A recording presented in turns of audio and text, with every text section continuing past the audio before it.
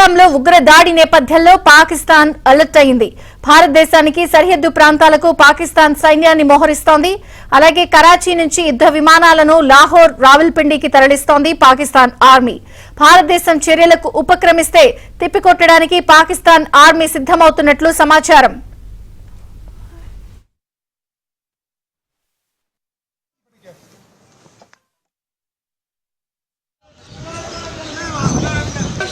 चलो चलो चलो चलो चलो निकलो निकलो निकलो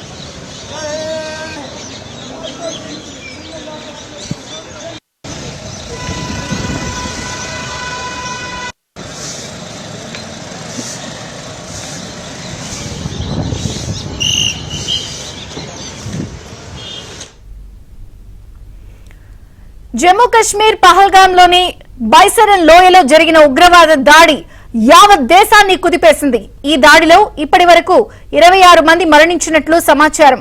ఈ దాడికి టీఆర్ఎఫ్ అనే ఉగ్రవాద సంస్థ బాధ్యత వహించింది.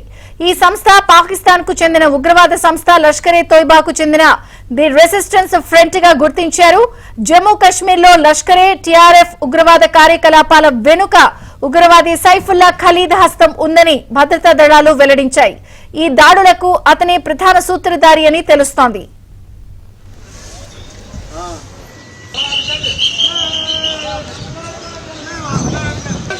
चलो चलो चलो चलो चलो निकलो निकलो निकलो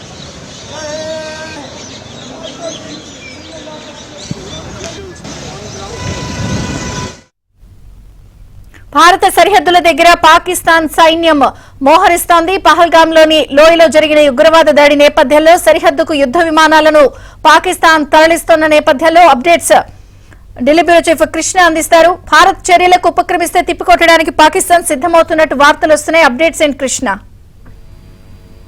చంద్రిక, పహల్గాం లో ఉగ్రదాడి నేపథ్యంలో కాశ్మీర్, అదేవిధంగా పాక్ ఆక్యుపైడ్ కాశ్మీర్ POK లో కూడా ఉగ్ర సంస్థలు, అదేవిధంగా ఉగ్రవాదులను ఏరివేసేందుకు కేంద్రం రంగం సిద్ధం చేస్తున్నటువంటి నేపథ్యంలో ఒకవేళ భారత్ కనుక బాలాకోట్ లాంటి చర్యలకు ఉపక్రమిస్తే వాటిని తిప్పికొట్టేందుకు పాకిస్తాన్ సైన్యం కూడా సిద్ధమవుతుంది. ఆ మేరకు భారత సరిహద్దులకు అటు పాకిస్తాన్ సైన్యం, అదేవిధంగా యుద్ధ విమానాలను కూడా మోహరిస్తున్నట్లుగా మనకు అందుతున్నటువంటి సమాచారం. పహల్గాం ఉగ్రవాదులకు కౌంటర్ ఇచ్చేందుకు భారత త్రివిధ దళాలు కూడా సిద్ధమయ్యాయి. ఎటువంటి ఆపరేషన్ కైనా తాము సిద్ధంగా ఉన్నామంటూ ఈ రోజు రక్షణ శాఖ మంత్రి రాజ్నాథ్ సింగ్ నేతృత్వంలో జరిగినటువంటి త్రివిధ దళాధిపతుల సమావేశంలో స్పష్టం చేశారు. తాము అప్రమత్తంగా ఉన్నామని రాజ్నాథ్ సింగ్ కి సైన్యం, నావికాదళం, వైమానిక దళం అధికారులు కూడా స్పష్టం చేశారు.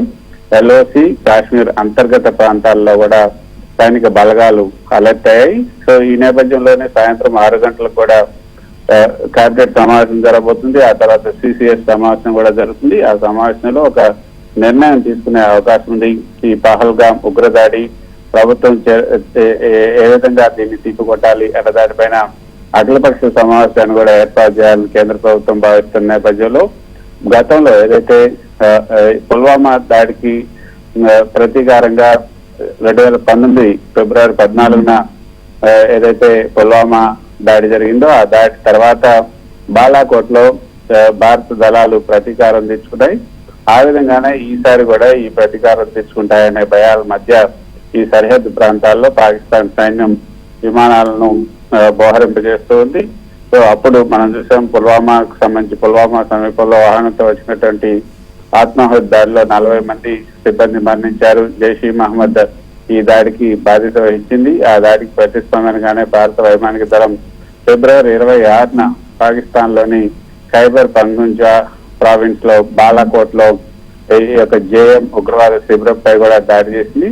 అదే విధంగా ఈసారి ఏమైనా ఈ యొక్క సర్జికల్ స్ట్రైక్స్ జరుగుతాయని పాకిస్తాన్ భయపడుతున్నట్టుగా తెలుస్తుంది. అందుకే పాకిస్తాన్ ఎయిర్ ఫోర్స్ కు సంబంధించినటువంటి PAF-198, లాక్హెడ్ C-130E హెర్క్యులస్ ఈ విమానాలను భారత సరిహద్దులకు తరలిస్తున్నట్టుగా తెలుస్తుంది.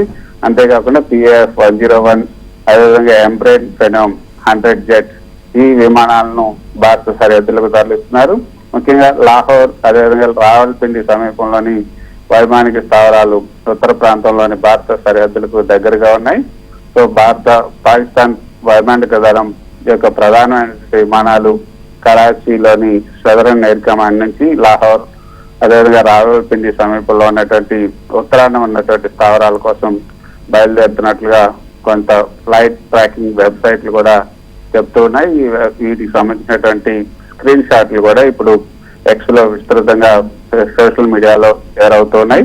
సో జమ్మూ కాశ్మీర్ లో ఈ పహల్గామ్ లో జరిగినటువంటి ఘోరమైనటువంటి ఉగ్రదాడి నేపథ్యంలో భారత్ ఎటువంటి చర్యలకైనా ఏదైనా చర్యలకు ఉపక్రమిస్తే వాటిని గట్టిగా ఎదుర్కోవాలని పాకిస్తాన్ కూడా సన్నద్ధమవుతున్నట్లుగా మనకు అర్థమవుతుంది. చంద్రిక. Thank you Krishna.